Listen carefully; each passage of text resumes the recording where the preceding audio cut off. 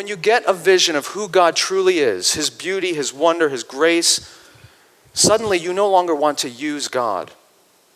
You want God.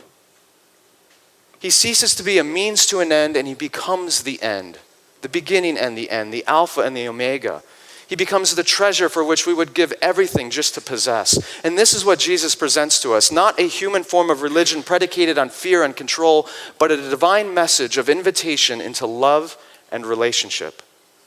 And the interesting part is when we grasp this, when we truly get that we're called to live in perpetual communion with God and possess him as our treasure, not just a device, something happens.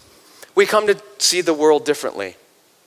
Rather than trying to use God as a way of mitigating our fears by trying to control him through manipulation, instead we come to realize that our lives are perfectly safe in the hands of our loving Father, that nothing can separate us from the love of Christ.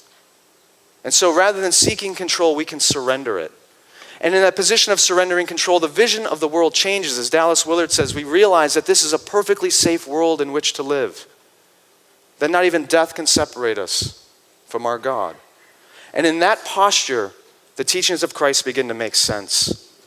And for the first time, it makes sense for me to give generously, to love abundantly, to sacrifice and even take up my cross, knowing that nothing can make me afraid. The problem of fear is solved, and the way of faith is opened up.